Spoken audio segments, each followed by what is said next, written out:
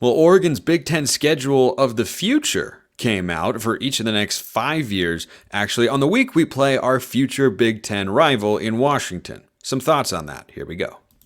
You are Locked On Ducks, your daily podcast on the Oregon Ducks, part of the Locked On Podcast Network, your team every day.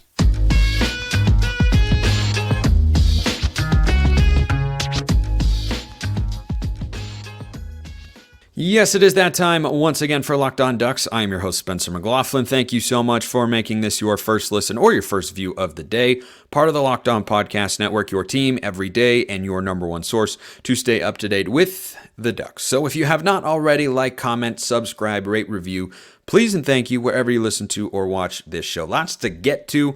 An important reminder, it is Washington week. We have waited for a long time for this. It is a big, big week for the Ducks. No doubt about it. Talking about Lanning as a coach in year 2, and could there be 2 Pac-12 teams in the playoff? It's technically possible. All coming up on today's show. I wanted to start with an important reminder, though.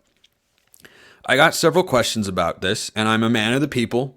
This be your show. I host it, but this is the people's show. I want it to be that way from now until the end of time. So I will answer questions because I had more than one of you reach out and say, hey, what do you think about this? Hey, what do you think about this? And that thing is Oregon's Big Ten schedule in 2024. I just want to start with this reminder. We wait all year long for football season. From the time that Oregon played its last game in Dan Lanning's first year at the end of December, there was about 9 months of time that went by between one Oregon football game and the next. And for 9 months, I worked as hard as I possibly can hosting this show to keep us all up to date, informed, engaged, and entertained on what's going on with the Ducks and what we should know and who we need to focus on and what we need to be aware of going into the 2023 season. When you have a podcast talking about the Ducks 5 days a week, that tends to be the point, is to make you as prepared as possible for this season, and everydayers certainly have been. So when these schedules got released last week, I kind of glossed over it and was like, oh, okay. And that was it. And then Colin Cowherd made it a subject on his show, and it was on the Aunts and Audibles podcast. And I've had Eric Scopel on the show. I like Eric. I'm not faulting them for talking about it. My point is it just became a subject of discussion more than I thought it would, and certainly more than I cared about it. 9 months is how long we waited for the season to begin. And once we got an inkling of here's what could happen in 2024, people were jumping all over it. And as we have officially begun Washington week, I just wanted to throw out the reminder to everybody. We are in the middle, smack dab in the middle, the heart, the center of the cinnamon roll of that thing we wait all year for. All year. There were countdowns in the comments section on this very show all summer long. 17 days, 16 days, 15 days. People were keeping track. Man, I can't wait. I couldn't wait. We were all waiting for September 2nd. And then the season is here. We have this massive game against Washington. And people, probably because it was a bye week, wanted to talk about, oh man, what are the implications of 2024 and the 2025 schedule and all this sort of stuff. I'm like, guys, we're in 2023. Let's live in the moment. Let's live in the moment. Let's appreciate the season while it is here. I'm not saying that stuff is completely uninteresting and I'm not going to talk about it in the offseason. I absolutely will. But we're not in the offseason. We have the privilege, the luxury to be in the season right now. And that's where our focus should be. So I'll preface this by saying that because a lot of you did ask. And I'll just give some quick thoughts because I think that's all that it's really, really worth looking at. So in 2024, Oregon's home games in the Big Ten: Illinois, Maryland, Washington, Michigan State, Ohio State. Road games: Michigan, Purdue, UCLA, and Wisconsin. My thoughts on the matter: I lament the fall of the Pac-12. That's how I feel about it. A conference game against Illinois and Maryland? Really? Really? Interested to see we don't play both LA schools every year. Some years we do, but the only protected matchup appears to be Washington, which makes some sense. But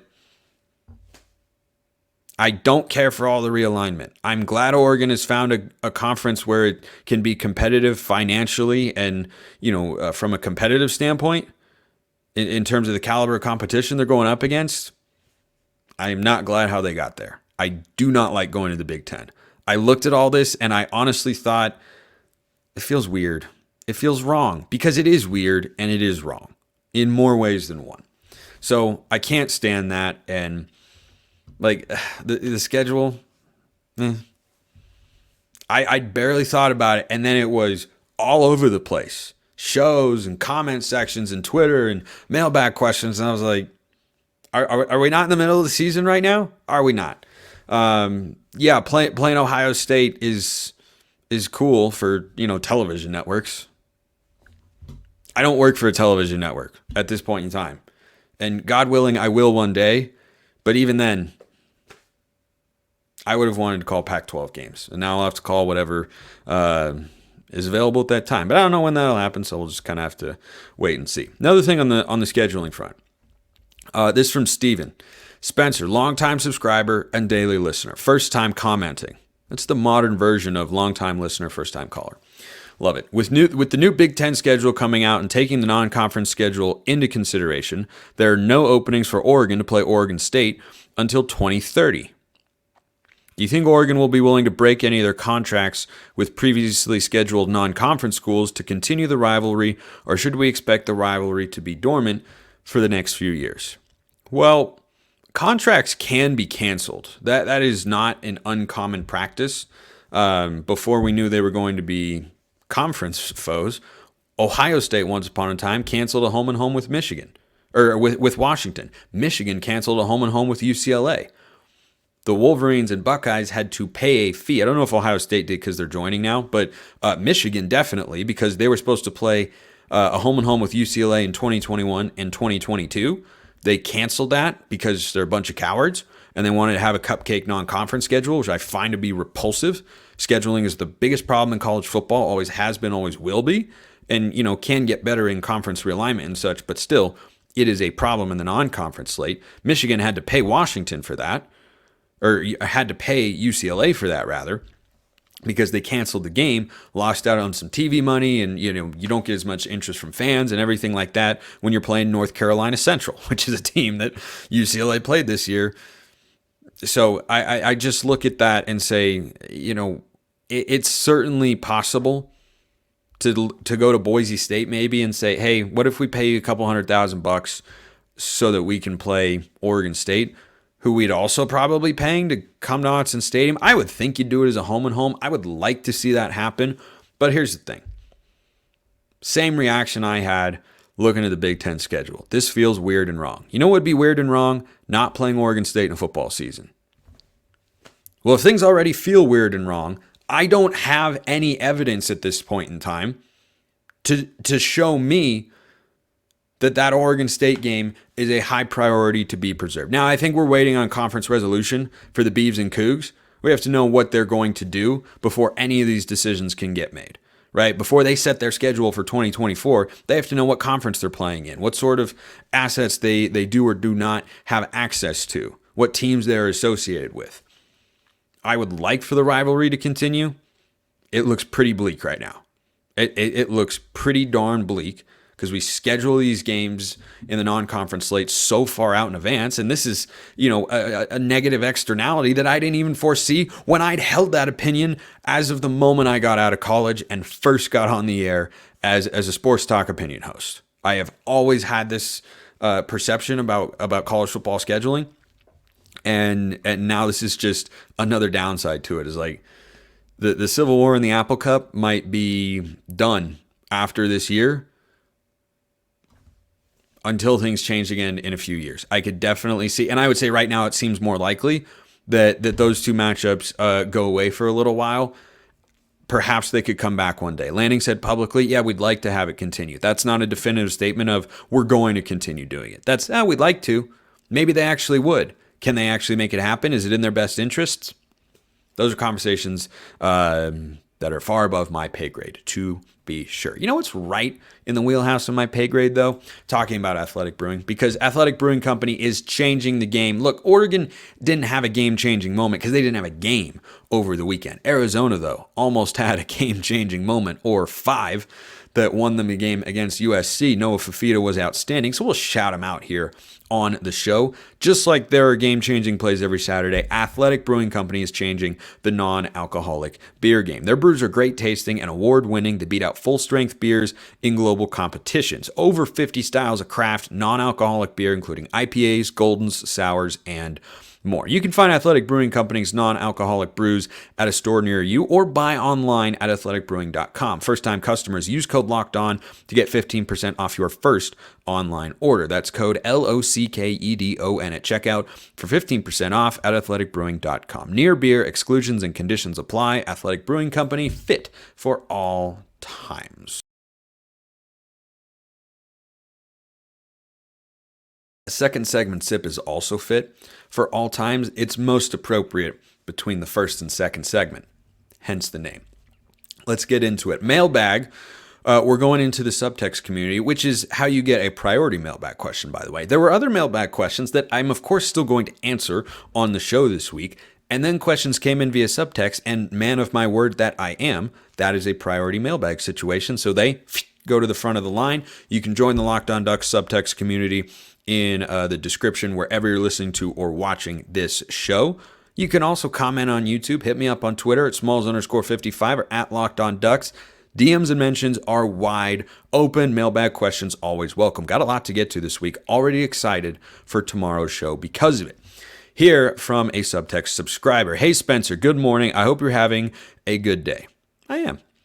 But after watching another Cristobal special on Saturday, I got a question for the mailbag. Yeah, that was something, wasn't it?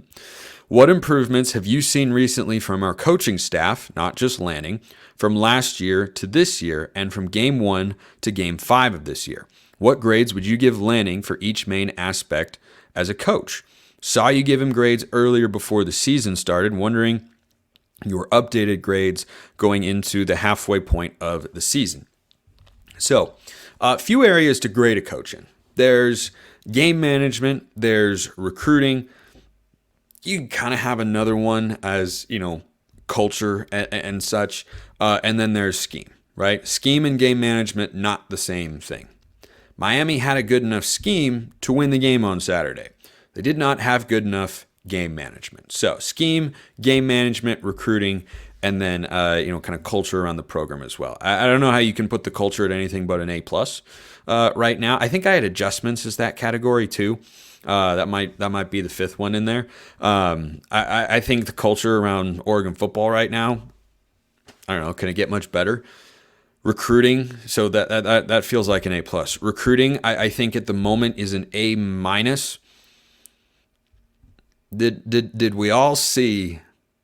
I know that I saw. Many of you have likely seen as well. There was a decommitment from a certain 5-star 2024 edge prospect by the name of Elijah Rushing, who at one point in time looked like he was going to the Ducks.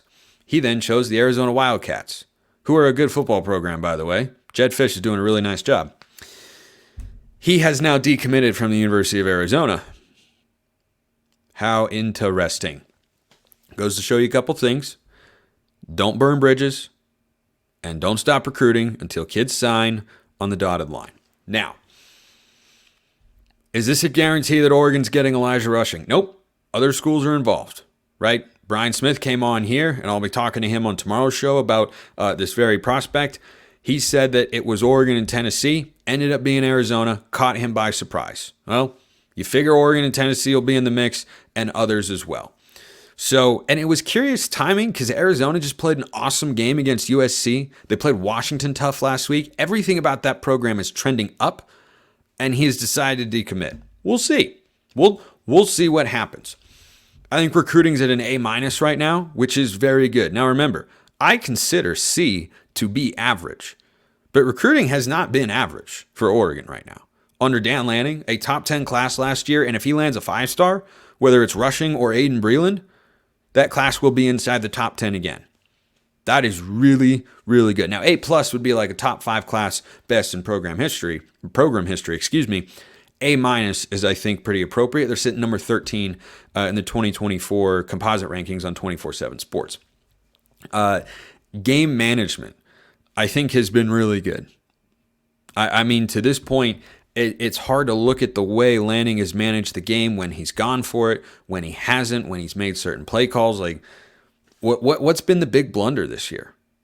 I haven't seen it. This season, at least. Last year, some might say, well, he shouldn't have gone for it on those fourth downs. Okay, you can have that sort of criticism. The adjustments last year were way below average. I think I gave that a D+. Last time I did this grade, because Washington couldn't run the ball, but they moved the ball. Oregon State couldn't throw the ball, but they moved the ball, and there were just no adjustments there. So I think the in-game adjustments so far this season have been really good. I think the scheme to this point has been a real solid A, because the game plans that they are coming in with have been so darn effective, right? The worst game Oregon has played this year was Texas Tech. I know it took them a little while to get going against Stanford, but Texas Tech is the worst game that Oregon has played this year. And on the adjustments front, you know what Oregon has done since that game? Corrected the mistakes that reared their head in that game. Most notably the penalties, whether on the offensive line or in the secondary or hitting quarterbacks or whoever, whatever. It has been significantly better. 2 penalties for 20 yards against the Cardinal, right? Still had too many penalty yards against Colorado.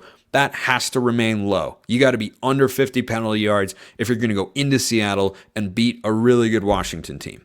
But when I look at what Lanning has done here in year 2, I thought that a season ago, the biggest feather in Dan Lanning's cap compared to Mario Cristobal's 2021 Oregon team was, hey, they're playing teams who they're just straight up better and more talented than, and they're playing like it and not playing down to their level of competition. Texas Tech is not a bad football team.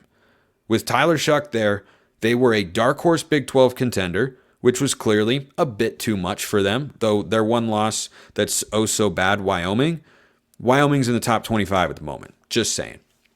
Or at least teetering on doing so. They beat Fresno State last week, and the Bulldogs had been undefeated. So Wyoming is a pretty darn good football team. Still, should have won the game. I believe that Texas Tech ends up in a bowl game this year, and Oregon went on the road to play Texas Tech, and that's a team that they are better than and played poorly and still won the football game. They're a better team than Colorado, housed them. Better than Stanford, 42-6. Better than Hawaii, it was never close. Better than Portland State. One bad defensive drive, their first of the season. Since then, gosh, they have been really, really good. So I think the way that his team mentally is ready to go on Saturdays is really good. Speaks to the culture I talked about. The scheme, the game plan they are coming in with has been really, really good. The execution has been there. Adjustments have been there. Stanford moved the ball down the field early in the game. Oregon adjusted. Weren't able to move the ball after that.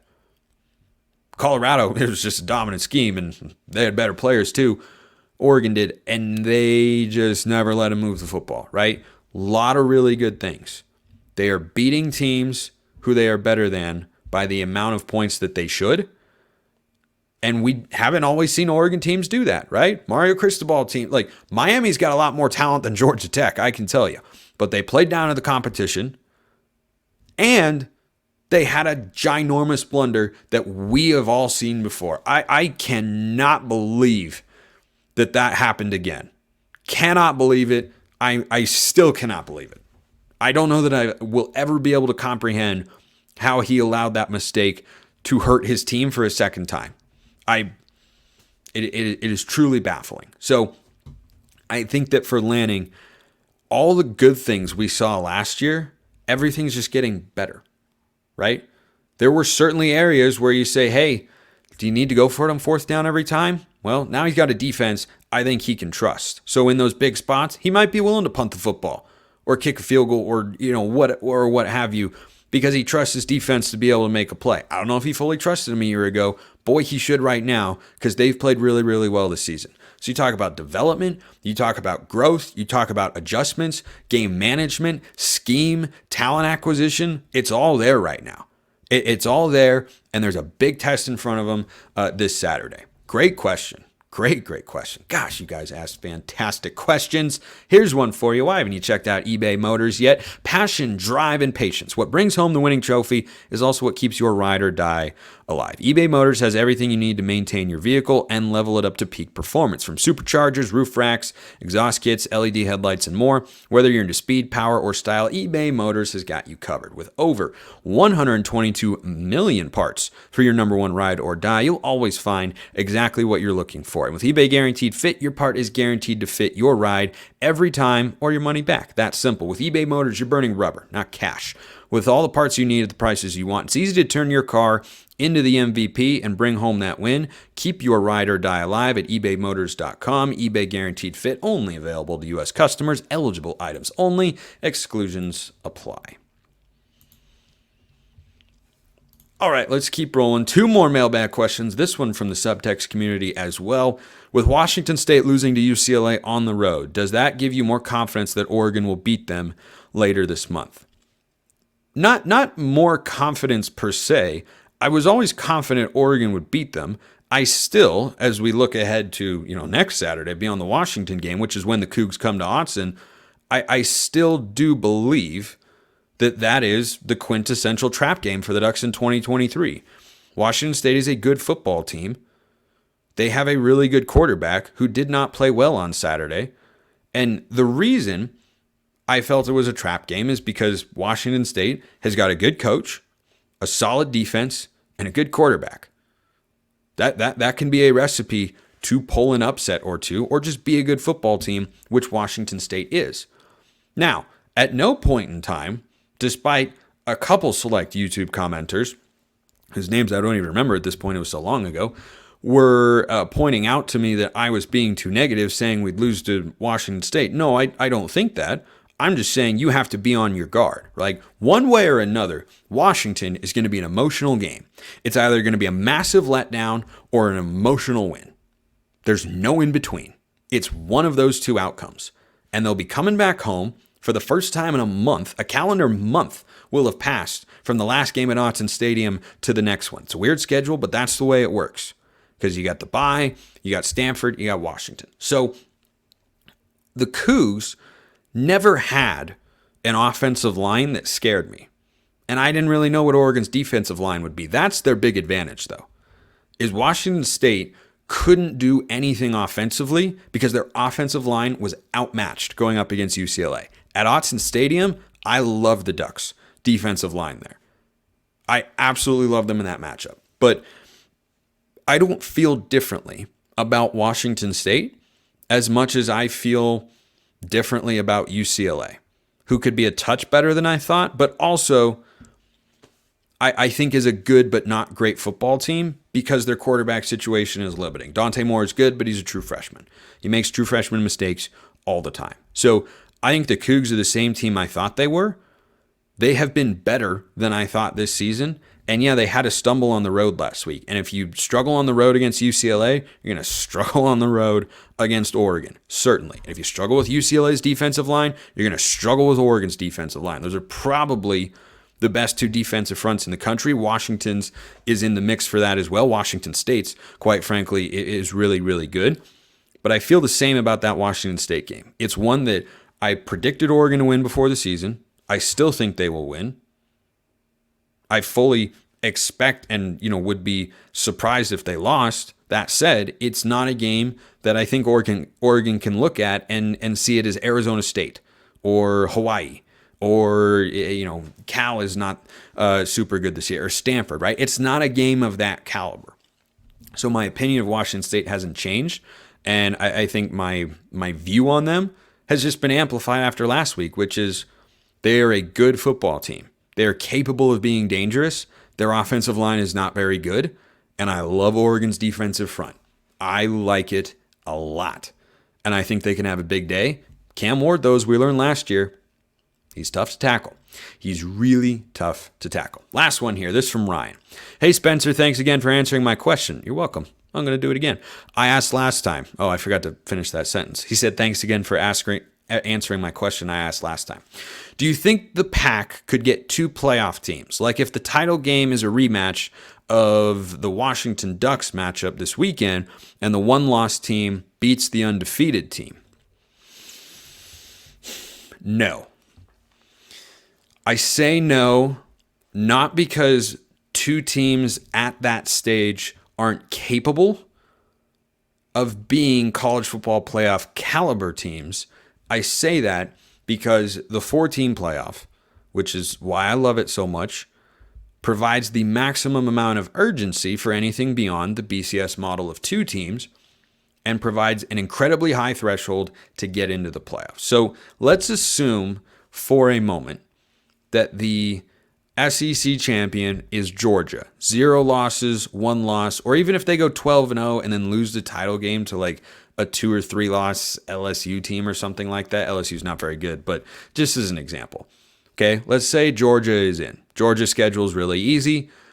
They're undefeated or 1 loss, Power 5 champ or not. Georgia's getting in, right? As long as they appear in the conference championship game and they have 1 or 0 losses, Georgia is in. Okay, there's 1. The Big Ten champion is going to get in. Whoever wins the Big Ten between Ohio State, Penn State, and Michigan will, number 1, have a conference championship. Number 2, will likely, because they are a team of that caliber, only have 1 or 0 losses. And number 3, will have a resume sufficient to give them a de facto automatic berth. So the Big Ten champion is in. You see where I'm going with this, okay? That's 2 spots that I cannot see being open to a 1-loss, non-Power 5 champion out of the Pac-12. The Pac-12 is bolstering its reputation at the time when it's dying. Good job, guys. Better late than never doesn't apply here because it's too late. But it is definitely perceived, rightly so, as the deepest conference in America. However, if you look at the AP poll closely, which is not what gets voted upon for the college football playoff, but the 2 are like perception matters in a big way, and there are national people around this discussion. If you look at the AP poll, they still love their SEC teams and don't love as much their West Coast teams. I'll give you an example. I'm recording the show on Sunday night. I believe the AP poll is updated. I'm going to pull it up real quick. So, Oregon stayed put. USC fell down to number 10. Texas number 9. All that good jazz. Washington State has fallen down to 19. 19. Oregon State is up to 15. Alabama is at 11. North Carolina is at 12. Ole Miss is at 13. Ole Miss's wins this year: Mercer, number 24 Tulane, Georgia Tech, a loss to Alabama by 2 scores, a win against number 13 LSU, who shouldn't be ranked, and a win against unranked Arkansas. Washington State's schedule this year goes as follows: a win against Colorado State, a win against number 19 Wisconsin, who are receiving top 25 AP votes again, but that's a top 20 win, a win against Northern Colorado, a win against number 14 at the time Oregon State, who's number 15 right now, and they're promptly ranked behind, and an 8-point loss on the road to UCLA. Tell me why, other than the SEC factor, Ole Miss is ahead of Washington State. The Cougs have 2 top 20 wins on their resume and a single-digit loss to a team that is ranked in UCLA at number 18. Ole Miss has a 2-possession loss to the only top 20 team that's knocked them off. One of their wins is against LSU, who stinks. It's still out there, is my point. It is still out there. The favoritism towards certain conferences, programs, schools, brands, whatever, it still exists. And barring a massive slew of upsets and losses and teams underperforming, between an 11-1 Oregon and a 12-0 Washington, I see a world in where only one of them gets in.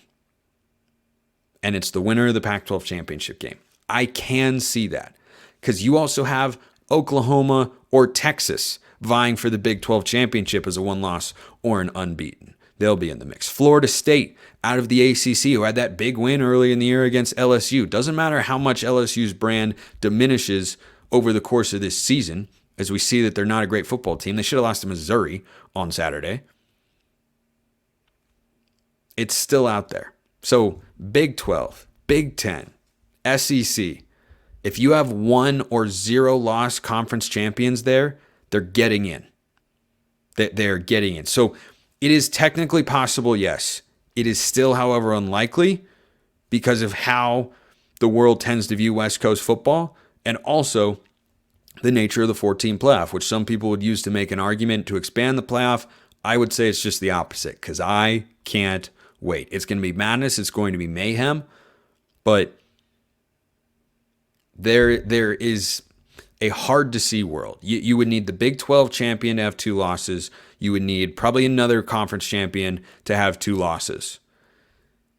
And then the teams they're beating, like if, say, for instance, Georgia goes to the SEC championship game at 11-1, you need them to lose that game and be 11-2. That's what you would need to happen in probably 2 other conferences between the SEC, Big 10, Big 12, or ACC. That's what has to happen. So, interesting question, though. Love it. Keep them coming. Got plenty of mailbag this week. Got plenty of time this week before the big game on Saturday.